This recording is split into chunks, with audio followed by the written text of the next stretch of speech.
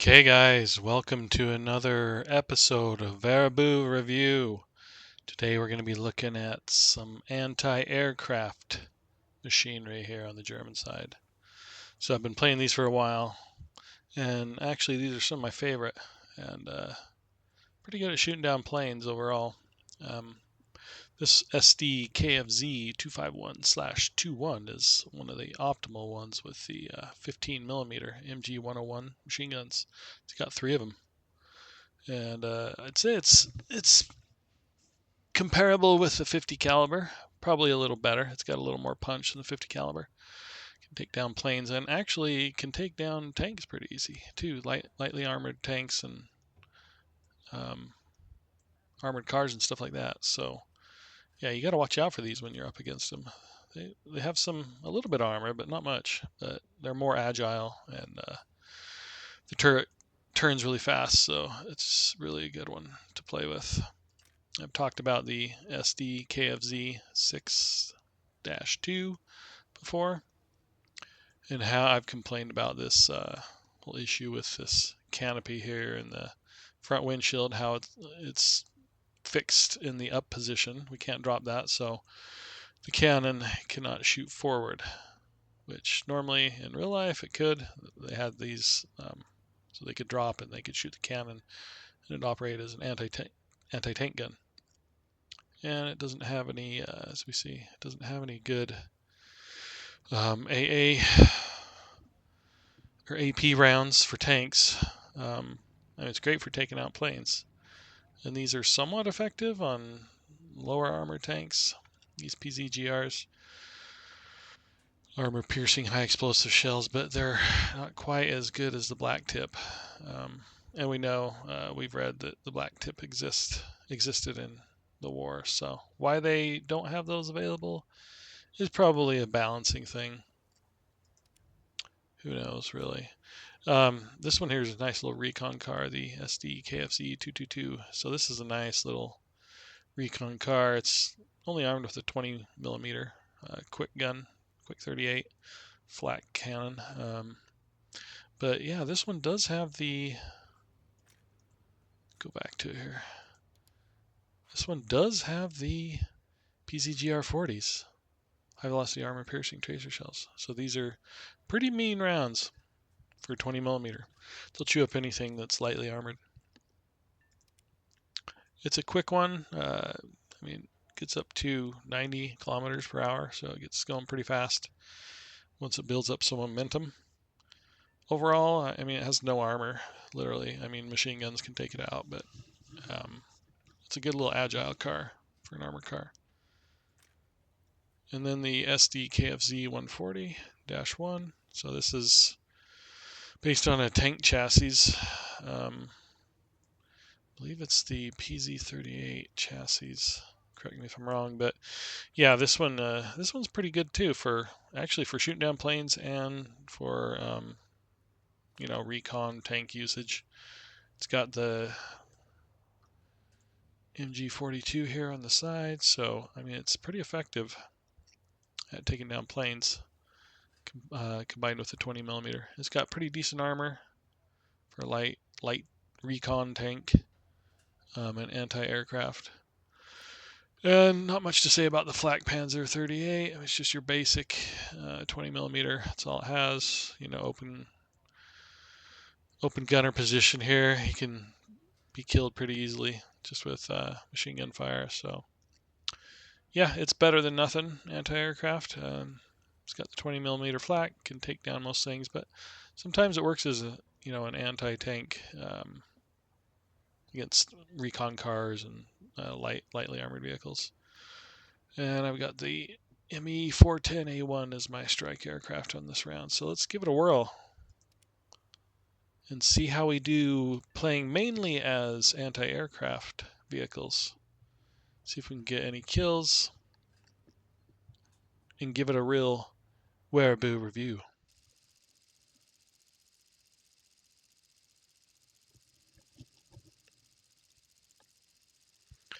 You got these new maps here, and it's mirrored on both sides, and they're all obsessed with this balance thing. I just don't get it. I mean, there's better maps where it's not mirrored and they're more dynamic. I mean, there's more places to hide. It's more realistic. But this mirroring thing and this, you know, we gotta have everything balancing, just gets in the way of the immersion, really. So you can see we're building up some speed finally. Let's see, I think we're in Greece here or something. Yeah, and there's like all these rocks. You can't go up over onto the top of these little hilltops here anywhere. I haven't found one spot, so it forces you down these road paths and into bottlenecks, which can be kind of annoying on this map.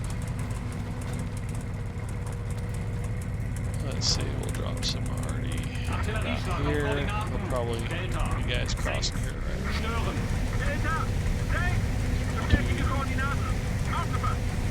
Capture. Let's see who gets here first, though, huh?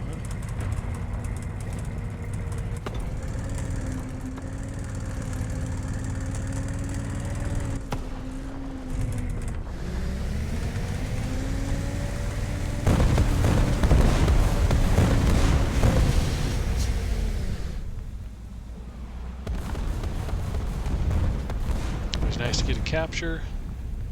Helps for the win.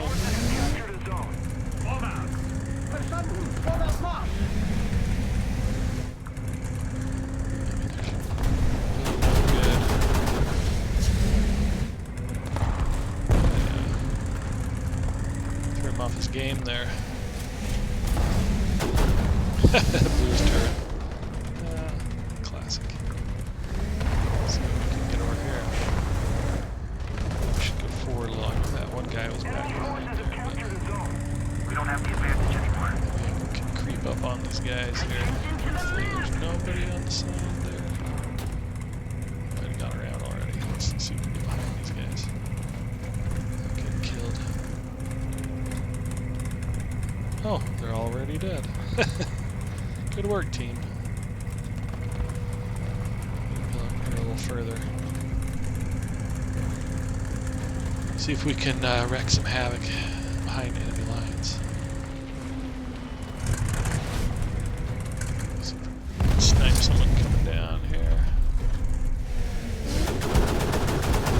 Yeah, on the Sherman, you know, it just bounces off. I think you're gonna get a 20mm to go through Sherman. Maybe on the back side, on the rear, you can get some engine hits and blow off the track, but not gonna get much else. Maybe I can ambush him. Oh look.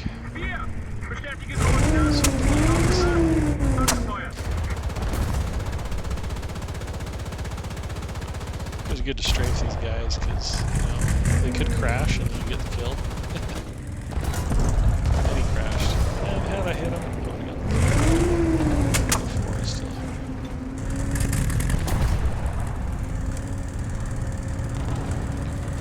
Let's see where. Okay, Mr. PC4. Oh, he's getting hit. Sorry, dude.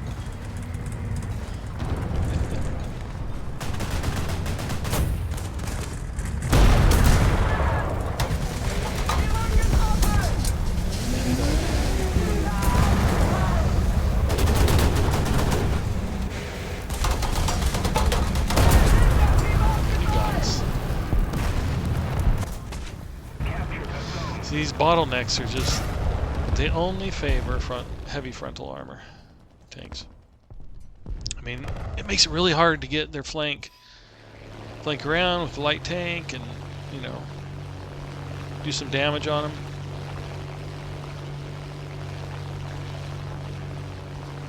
Let's see if we can get some revenge. Those guys up.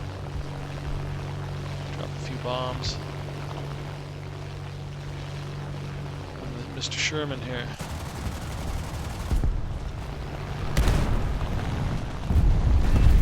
Two of them. Nice. Premium hit. I just gotta watch out for that fighter wherever he went. See if I can lure him out. There he is. Just a biplane.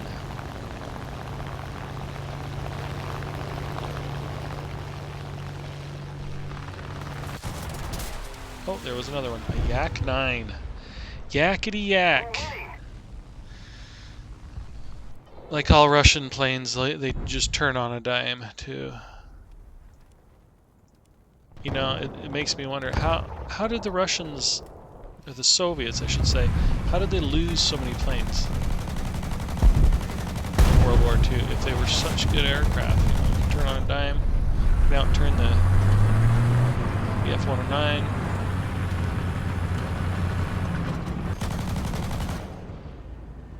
And you'll get the apologists to say, you know,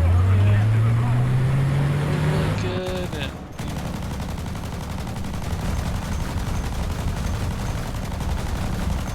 everything German sucks. Look at that. Just shoot his wings right off with that 15mm. See if we can get 2 for 1. Oh, someone's gone. Still wrecking it. There was one more plane though. 3 planes. We can drop some arties. Arty.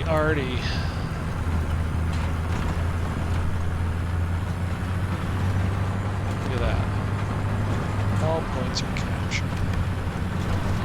Yeah, I like this anti-aircraft here. It's pretty quick. It's got some good camo schemes, so you don't have the, you know, stock metallic gray, which is cool, right? It's cool in early war. And everything else is, you know, one color. But later on, we gotta have the camo, you know? Especially when we get into the more advanced stuff like Tigers and Panther tanks and stuff.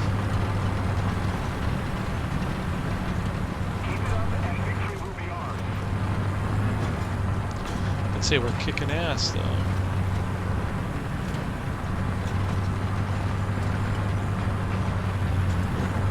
Yeah, he strafed me a little, didn't he? He hit me a few times. Of my guys. Nothing major though. A lot of times those they don't hit you on the side or direct on. A lot of those glance off bullets.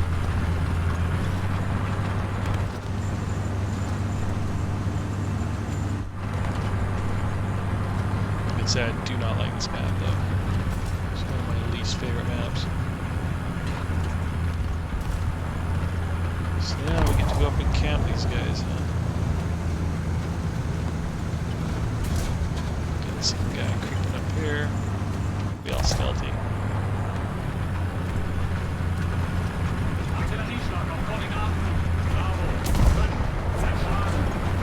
Ooh, looks like he got him. There's another plane.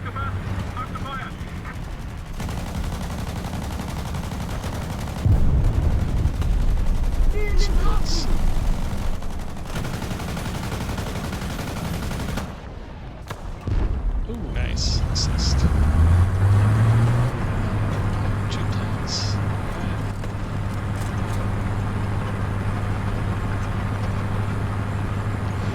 There he is.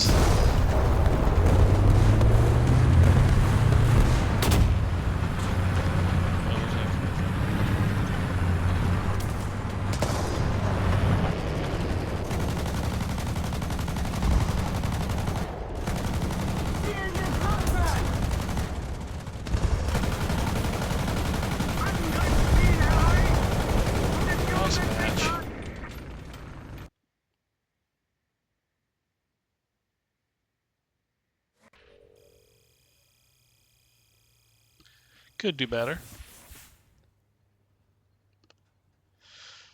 I'd say overall, you know, the anti-aircraft vehicles are a pretty fun way to go, especially if you're grinding up the anti-aircraft tech tree. But it can be fun because, you know, you can treat them as light tanks, recon vehicles too. Get in there, capture the flag, you know, take out some of their light tanks, disable some of them, cause a little chaos, and then you get a few kills, then you can come in with a plane and bomb the shit out of them. So it's a good little method I use. It's pretty viable though. You should check it out. So thanks for joining today.